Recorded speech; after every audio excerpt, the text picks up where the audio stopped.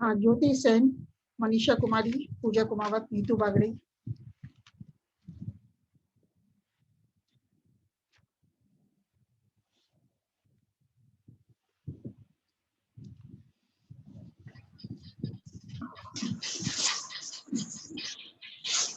Good evening ma'am. Good evening all of you. Good evening बेटा। Manisha Kumari, Pooja Kumawat, Neetu Bagri, Jyoti Sen, Jyoti Meena. Good evening ma'am. हाँ, good evening all of you. Good evening बेटा।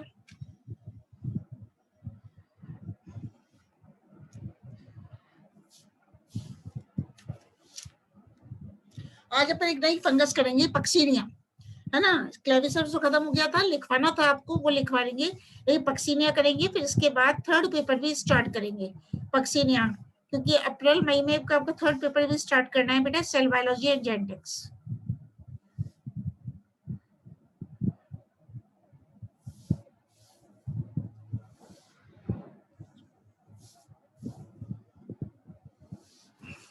हाँ, सुरंजना वर्मा आ गई। सुरंजना वर्मा आई है अभी।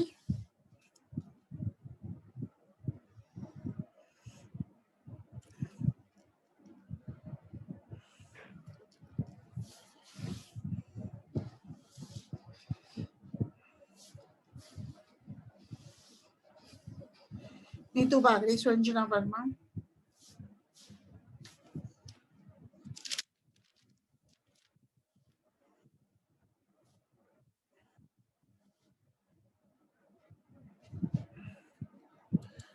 अनीता आ गई, अनीता जांगड़।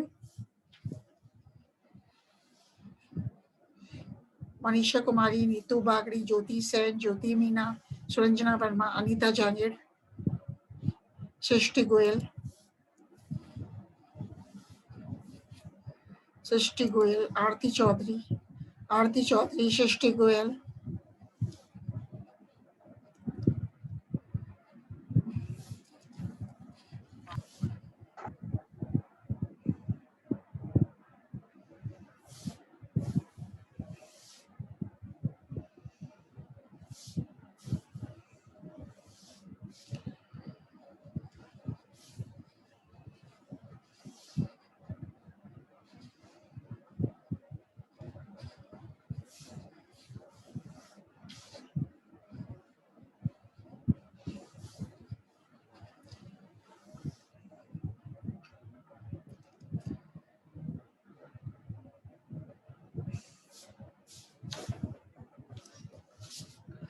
रुचि कुमारी मीणा,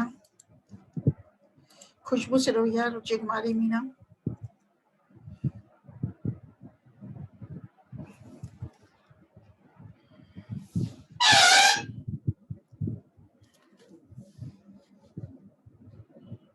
अंजलि जलवानिया, पूजा मीणा, अंजलि जलवानिया, पूजा मीणा।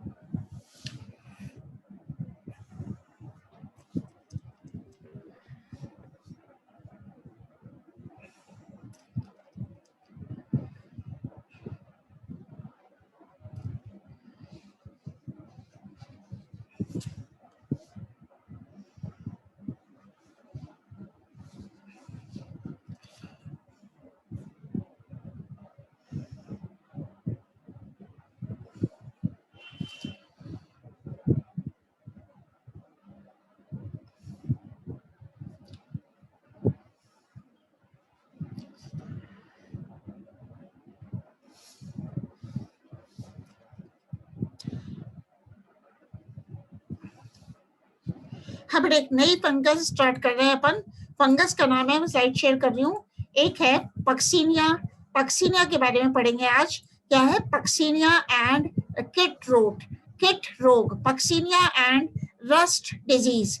तो पक्सीनिया कौन सी, मतलब पक्सीनिया की सिस्टमेटिक पोजीशन अगर अपन देखते हैं तो ये पाते हैं कि कौन से डिवीजन प्रभाग में आता है। यू माइकोटा में पक्सीनिया को रखा गया है, और सब डिवीजन है, उप प्रभाग है बेसिडियो माइकोटिना। और क्लास वर्ग कौन सी है, टीलियोमाइसिटीज है। ऑर्डर कौन सा है पक्सीने का, यूरिडेनेल्स। तो यूरिडेनेल्स गण में पक्सीनिया को रखा गया है। और पक्सीनिया कौन से कुल में आता है, कौन सी फैमिली में आता है, तो फैमिली है, कुल है पक्सीनिएसी। और जीनस किसकी बात कर रहे हैं अपन, वंश है पक्सीनिया। तो अपन अब बात करते हैं प्राप्ति स्थान एवं वितरण की, occurrence and distribution of Puccinia. तो पक्सीनिया एक विश्वव्यापी वंश है जिसकी लगभग 3000 जातियां पाई जाती हैं।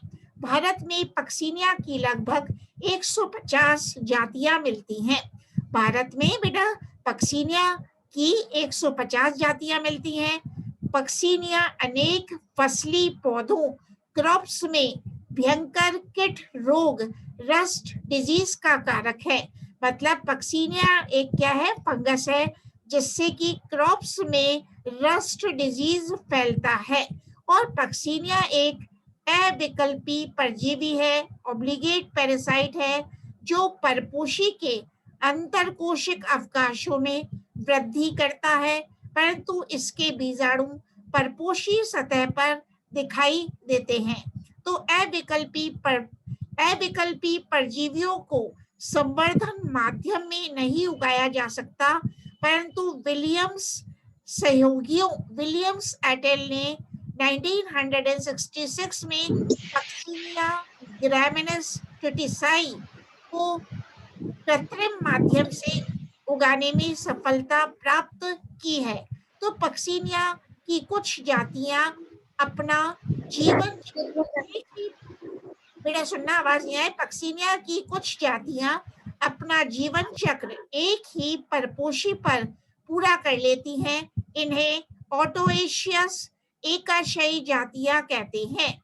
मतलब ऑटोएशियस से आप क्या समझते हैं, पक्सीनिया की कुछ जातियां अपनी लाइफ साइकिल, अपना जीवन चक्र एक ही परपोषी पर, एक ही होस्ट पर पूरा कर लेती हैं, अतः इन्हें ऑटोएशियस एकाशयी जातियां कहते हैं। फॉर एग्जाम्पल क्या है, पक्सीनिया एस्पेरागई, पक्सीनिया मेजर तथा पक्सीनिया पल्वेरुलेंटा। तो इसके विपरीत पक्सीनिया की कुछ जातियां अपना जीवन चक्र दो भिन्न परपोषियों पर, दो भिन्न होस्ट पर पूरा करती हैं। एक मिनट, कोई दो जने आए बेटा, एक मिनट, दो भिन्न होस्ट पर पूरा करती हैं और इन्हें हेट्रोएशियस जातियां कहते हैं। तो मतलब हेट्रोएशियस जातियां कौन किसी है पक्सीनिया की, एक है पक्सीनिया ग्रामिनेस, पक्सीनिया कोरोनेटा तथा पक्सीनिया रिकॉर्डेटा।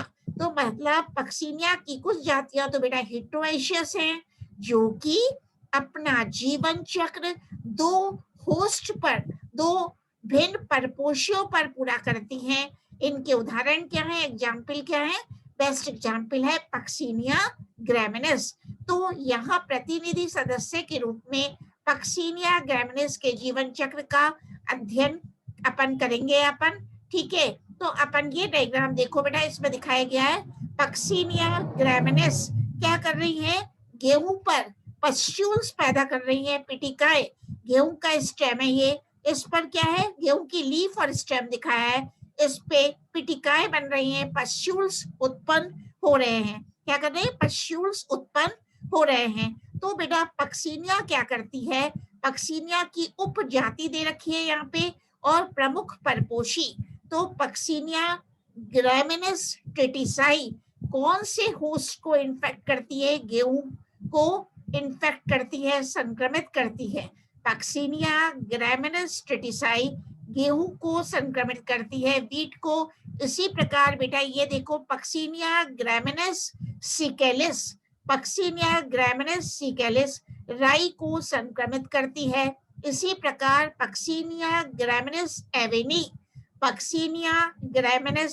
एवेनी किसको संक्रमित करती है, ओट को संक्रमित करती है। तो अपन करते हैं अब बात पक्सीनिया के थैलस स्ट्रक्चर की, संरचना की बात करते हैं। तो पक्सीनिया ग्रामिनेस के जीवन चक्र में दो प्रकार के कवक जाल पाए जाते हैं। कौन कौन से दो प्रकार के कवक जाल हैं? एक तो है द्विकेंद्रकी अथवा द्वितीयक कवक जाल, सेकेंडरी माइसीलियम, प्राथमिक परपोषी पर, तथा एक केंद्रकी अथवा प्राथमिक कवक जाल एकांतर अथवा वैकल्पिक अल्टरनेट परपोषी पर पाया जाता है। तो अपन किसकी बात कर रहे हैं? पक्सीनिया की थैलस संरचना के बारे में।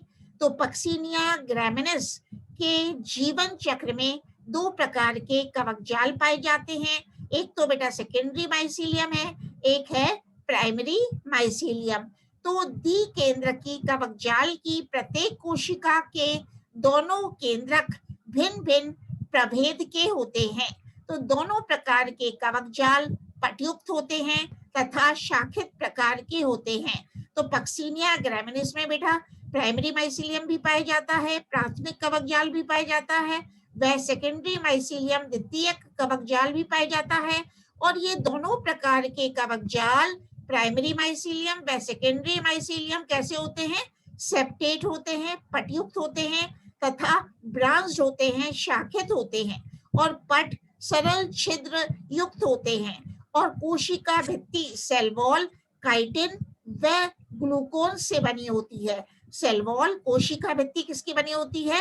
काइटिन व ग्लूकान से बनी होती है। प्रत्येक कोशिका में, प्रत्येक सेल में कणिका में साइटोप्लाज्म कोशिका द्रव्य तथा ग्लाइकोजन व तेल बूंदों के रूप में संचित भोजन होता है। और कवक तंतु हॉस्टोरिया द्वारा चूषकांगों द्वारा परपोषी कोशिकाओं से पोषण अवशोषित करते हैं। मतलब जो कवक तंतु हैं, पक्सीनिया के जो कवक तंतु हैं, वो चूषकांगों के द्वारा होस्ट सेल से परपोषी कोशिकाओं से पोषण प्राप्त करते हैं। तो अपन अब देखते हैं बेटा किसके बारे में पढ़े हैं? Puccinia, life cycle of Puccinia. तो पक्सीनिया ग्रैमिनिस एक मैक्रोसाइक्लिक किट है। कैसी है? मैक्रोसाइक्लिक किट है। तो दीर्घ चक्री किट है, मतलब जिसके जीवन चक्र में 5 प्रकार के बीजाणु बनते हैं। पक्सीनिया ग्रैमिनिस कैसी है? एक मैक्रोसाइक्लिक किट है, दीर्घ चक्री किट है, जिसके जीवन चक्र में, लाइफ साइकिल में बेटा 5 विभिन्न प्रकार के बीजाणु बनते हैं। और ये बीजाणु कौन कौन से हैं बेटा? ये बीजाणु यूरिडोस्पोर्स, टेल्यूटोस्पोर्स, बेसिडियोस्पोर्स, टिक्निडियोस्पोर्स तथा एसियोस्पोर्स कहलाते हैं। और ये बीजाणु एक निश्चित क्रम में दो भिन्न परपोषियों पर बनते हैं, जिन्हें प्राथमिक परपोषी व वैकल्पिक परपोषी कहते हैं। तो बेटा कहने का मतलब है पक्सीनिया नामक कवक अपना जीवन चक्र दो होस्ट पर, दो परपोषियों पर पूरा करता है। इसलिए पक्सीनिया को हेट्रोएशियस फंगस भी कहते हैं। पक्सीनिया को हेट्रोएशियस फंगस क्यों कहते हैं? क्योंकि पक्सीनिया अपना जीवन चक्र दो परपोषियों पर पूरा करता है। तो प्राथमिक परपोषी प्राइमरी होस्ट पर पाई जाने वाली अवस्थाएं कौन कौन सी हैं? प्राइमरी होस्ट पर, प्राथमिक परपोषी पर पाई जाने वाली अवस्था है यूरिडियल अवस्था, यूरिडियल स्टेज, टिलियल स्टेज, टिलियल अवस्था, बेसिडियल स्टेज मतलब बेसिडियल अवस्था, व वैकल्पिक परपोषी अल्टरनेट होस्ट पर पाई जाने वाली अवस्थाएं या कौन कौन सी है? तो कौन कौन सी है? एक है बेटा पिक्निडियल स्टेज, पिक्निडियल अवस्था, एक है एसिडियल स्टेज और स्टेज एसिडियल अवस्था। अब अपन बात करते हैं सबसे पहले यूरिडियल अवस्था की, यूरिडो अवस्था की। तो प्राथमिक परपोषी कौन है बेटा? गेहूं है। और अल्टरनेट मतलब वैकल्पिक परपोषी क्या होता है? बर्बेरिस की पत्ती। तो यूरिडियल स्टेज की बात चल रही है। तो प्राथमिक परपोषी गेहूं का संक्रमण द्विकेंद्रकी कवक जाल अथवा द्वितीयक कवक जाल द्वारा होता है, जो एसिडियो बीजाणु अथवा यूरिडो बीजाणु के अंकुरन से बनता है। सुनना बेटा, कैसे बनता है? जब डाइकैरियोटिक माइसीलियम, जब द्विकेंद्रकी कवक जाल होस्ट प्लांट परपोषी पादप के अंतरकोशिक अवकाशों में स्थापित हो जाता है, तो इसके अनेक कवक सूत्र एपिडर्मिस के नीचे उदग्र रूप से एकत्र हो जाते हैं। इन कवक सूत्रों की शीर्ष कोशिका फूलकर गोल या अंडाकार हो जाती है। शीर्ष कोशिका के अनुप्रस्थ विभाजन से ऊपरी कोशिका यूरिडोस्पोर का निर्माण करती है। मैं स्लाइड शेयर करती हूँ, डायग्राम भी बताते हैं आपको स्लाइड शेयर में। देखो बेटा, ये अपन बात किसकी कर रहे हैं? ये यूरिडियल अवस्था की। ये दिख रहा है आपको डायग्राम? यूरिडियल अवस्था में ये देखो, ये है यूरिडोस्पोर्स का फॉर्मेशन। ये है यूरिडोस्पोर्स का फॉर्मेशन। पक्सिनिया ग्रामिनिस की बात चल रही है। ए डायग्राम किसको रिप्रेजेंट करता है? यूरिडोसोरस की। तो अब मैं किसकी बात कर रही हूँ? देखना, इन कवक सूत्रों में, इन कवक सूत्रों की शीर्ष कोशिका फूलकर गोल या अंडाकार हो जाती है, जैसे कि आप डायग्राम में देख रहे हो, फूलकर गोल या अंडाकार हो जाती है, और शीर्ष कोशिका के अनुप्रस्थ विभाजन से ऊपरी कोशिका यूरिडोस्पोर का निर्माण करती है, जबकि आधारी कोशिका व्रत का निर्माण करती है।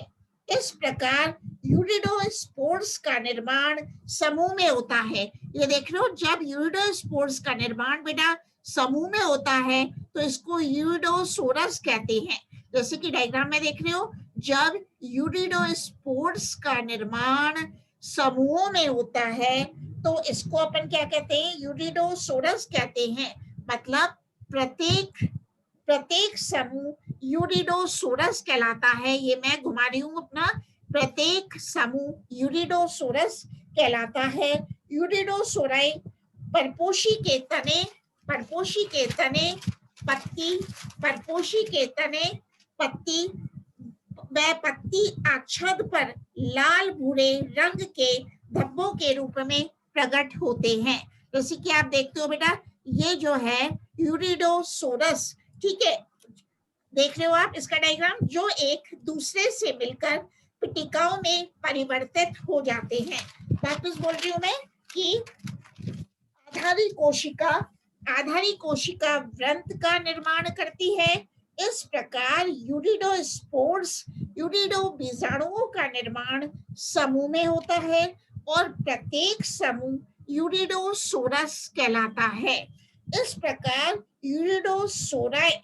यूरिडोसोराई परपोषी के तने, परपोषी मतलब होस्ट के तने, परपोषी के तने पत्ती व पत्ती आच्छाद पर लाल रंग व लाल भूरे रंग के धब्बों के रूप में प्रकट होते हैं, जो एक दूसरे से मिलकर पिटिकाओं में परिवर्तित हो जाते हैं। और यह अवस्था रेड रस्ट स्टेज, लाल किट अवस्था कहलाती है।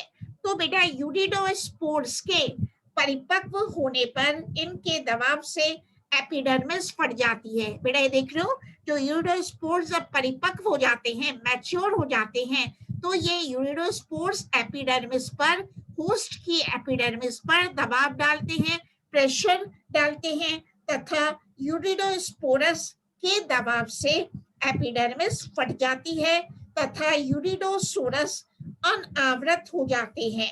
तो परिपक्व यूरिडोस्पोर्स मुक्त होकर वायु द्वारा प्रकीर्णित होते हैं। प्रत्येक यूरिडोस्पोर एक कोशिक व सवृंत होता है। ये देख रहे हो, यूरिडोस्पोर कैसा है? यूनिसेलुलर है, एक कोशिक है, वह सवृंत होता है तथा लगभग गोल अथवा अंडाकार होता है। और यूरिडोस्पोरस बेटा कैसा है? द्विकेंद्रकी होता है। ये देख रहे हो, दो केंद्रक है। यूरिडोस्पोर कैसा होता है? द्विकेंद्रकी होता है, ठीक है। और बीजाणु भित्ति मोटी तथा दो स्तरीय होती है। एक्सोस्पोर बाह्य चोल मोटी नारंगी या पीली तथा लघु कंटकी होती है। अंतःचोल पतली, चिकनी तथा कलरलेस होती है और बीजाणु के मध्यवर्ती भाग में, मतलब यूरिडो बीजाणु के मध्यवर्ती भाग में 4 इक्वेटोरियल जर्म पोर्स होते हैं। क्या होते हैं? 4 इक्वेटोरियल जर्म पोर्स होते हैं। तो यूरिडो स्पोर्स अनुकूल परिस्थितियों में तुरंत अंकुरित होते हैं। ये देख लो बेटा, यूरिडो सी डायग्राम में क्या दिखा रहा है? यूरिडो बीजाणु का अंकुरण, यूरिडो स्पोर अनुकूल परिस्थितियों में तुरंत अंकुरित होते हैं।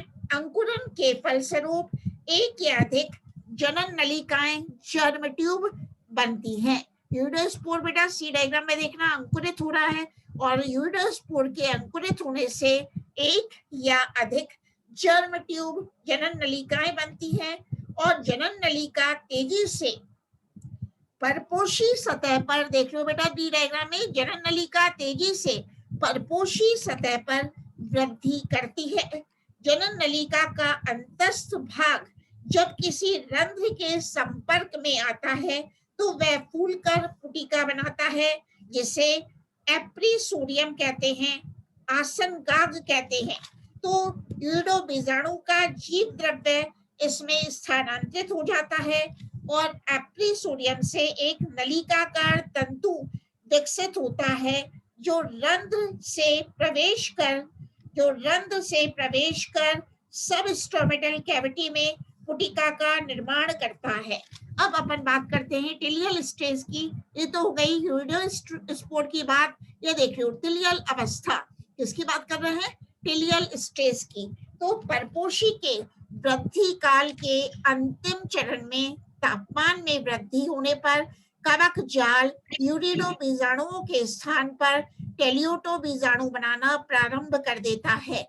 बेटा जब तापमान में वृद्धि होने लगती है, जब टेम्परेचर इंक्रीज हो जाता है, तो जो पक्सीनिया है वो पक्सीनिया क्या है? कवक है। पक्सीनिया यूरिडोस्पोर्स, यूरिडो बीजाणुओं के स्थान पर टेलियोटो बीजाणु बनाता है। तो प्राथमिक अवस्था में यूरिडोसोरस में यूरिडो तथा टेलियोटो बीजाणु साथ साथ बनते रहते हैं और इस प्रकार के सोरस मिश्रित सोरस कहलाते हैं, मिक्स्ड सोरस कहलाते हैं। तो मिश्रित सोरस पक्सीनिया में किसे कहते हैं?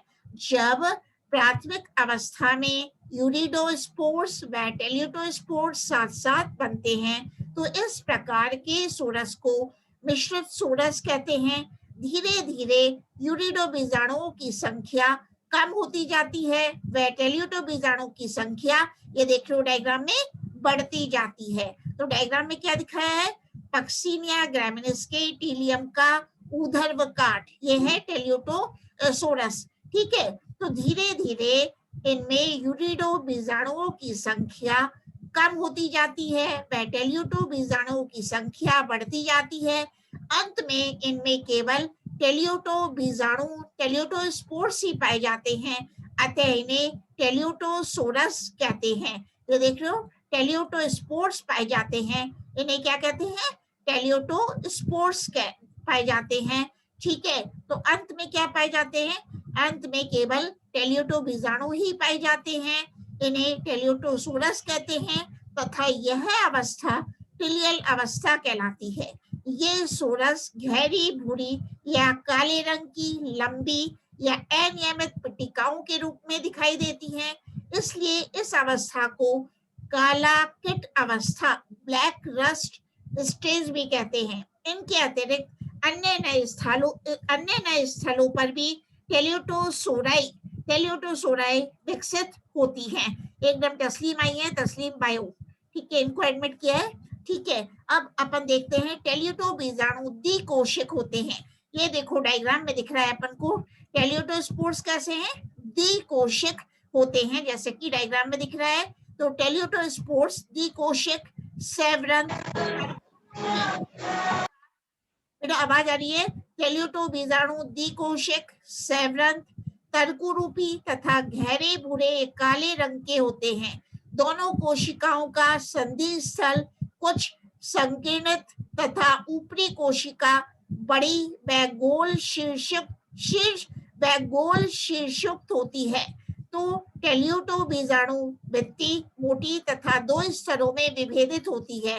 तो टेल्यूटोस्पोर कैसा है बेटा, द्विकोशिक है और अपन देख रहे हैं प्रत्येक सेल में कैसा है, तो ऊपरी वाली कोशिका कैसी है, ऊपरी कोशिका बड़ी है, वह गोल शीर्षयुक्त होती है और ये कैसे हैं टेल्यूटो बीजाणु, गहरे भूरे काले रंग के होते हैं और टेल्यूटो बीजाणु भित्ति मोटी तथा 2 स्तरों में विभेदित होती है। टेल्यूटो बीजाणु की प्रत्येक कोशिका में एक जनन छिद्र होता है जो ऊपरी कोशिका में शीर्ष पर तथा निचली कोशिका में पट के नीचे स्थित होता है। ठीक है, तो अपन ने ये देखा टेल्यूटोस्पोर का डायग्राम, टिलियल स्टेज के बारे में अपन ने बात करी। तो प्रारंभिक अवस्था में मैंने बताया यूरिडोस्पोर्स तथा टेल्यूटोस्पोर्स साथ साथ बनते हैं। तो अपन ने बात कर ली टेल्यूटोस्पोर्स कैसे होते हैं, द्विकोशिक होते हैं, सवृंत होते हैं, तरकु रूपी होते हैं। तो टेल्यूटोस्पोर्स की प्रत्येक कोशिका से एक जनन छिद्र होता है जो ऊपरी कोशिका में शीर्ष पर तथा निचली कोशिका में पट के नीचे पाया जाता है। तो टेल्यूटो बीजाणु की प्रत्येक कोशिका डाइकैरियोटिक होती है। फिर देखना टेल्यूटोस्पोर की जो प्रत्येक सेल है, 2 कोशिका हैं, ये कैसी होती है, डाइकैरियोटिक होती है, केंद्रक युग्मी होती है। परिपक्व अवस्था में प्रत्येक कोशिका के दोनों केंद्रक संलयित होकर द्विगुणित केंद्रक का निर्माण करते हैं। अब प्रत्येक कोशिका में जो 2 केंद्रक थे बाद में बेटा संलयित हो जाते हैं और जैसे कि आप देख रहे हो एक द्विगुणित केंद्रक का निर्माण करते हैं। तो टेल्यूटोस्पोर्स सोरस से मुक्त होने के पश्चात भूमि पर गिर जाते हैं तथा पादप मलबे में लंबी अवधि तक सुप्त अवस्था में पड़े रहते हैं। अब बेटा क्या होता है, टेल्यूटोस्पोर्स सोरस से मुक्त होने के पश्चात भूमि पर गिर जाते हैं और पादप मलबों में लंबी अवधि तक सुप्त अवस्था में पड़े रहते हैं। इसलिए टेल्यूटो बीजाणुओं को रेस्टिंग स्पोर्स भी कहते हैं। क्या कहते हैं, टेल्यूटो बीजाणु को रेस्टिंग स्पोर्स भी कहते हैं। और टेल्यूटोस्पोर्स का अंकुरण कम तापमान व अधिक आर्द्रता में होता है और अंकुरण के लिए इन्हें परपोषी की आवश्यकता नहीं होती। टेल्यूटो बीजाणु टेल्यूटोस्पोर्स मृदा में अंकुरित होकर बेसिडियोस्पोर्स का निर्माण करते हैं। तो टेल्यूटोस्पोर्स क्या करते हैं, मृदा में अंकुरित होकर बेसिडियोस्पोर्स का निर्माण करते हैं। तो अब अपन देखेंगे, स्लाइड शेयर कर रही हूँ, बेसिडियल अवस्था किसके बारे में पढ़ेंगे, बेसिडियल अवस्था के बारे में पढ़ेंगे अपन। ठीक है, तो ये देखना इस अवस्था के बारे में, ये अवस्था क्या दिखाई है मैंने, पक्सिनिया ग्रामिनिस टेल्यूटो बीजाणु। एक क्या है बेटा, टेल्यूटो बीजाणु। तो इसमें आप देख रहे हो टेल्यूटो बीजाणु में क्या है, ए में डिप्लॉयड न्यूक्लियस है, 2 कोशिकाएं, प्रत्येक कोशिका में कैसा है, द्विगुणित केंद्रक है, द्विगुणित केंद्रक है। अब इसकी बात चल रही है बेसिडियल अवस्था की, तो इसकी बात मैं कर रही हूँ आपसे बेसिडियल अवस्था की। इसको और शेयर करेंगे, अभी 1 मिनट बंद करके इसको और शेयर करते हैं, डायग्राम आपको और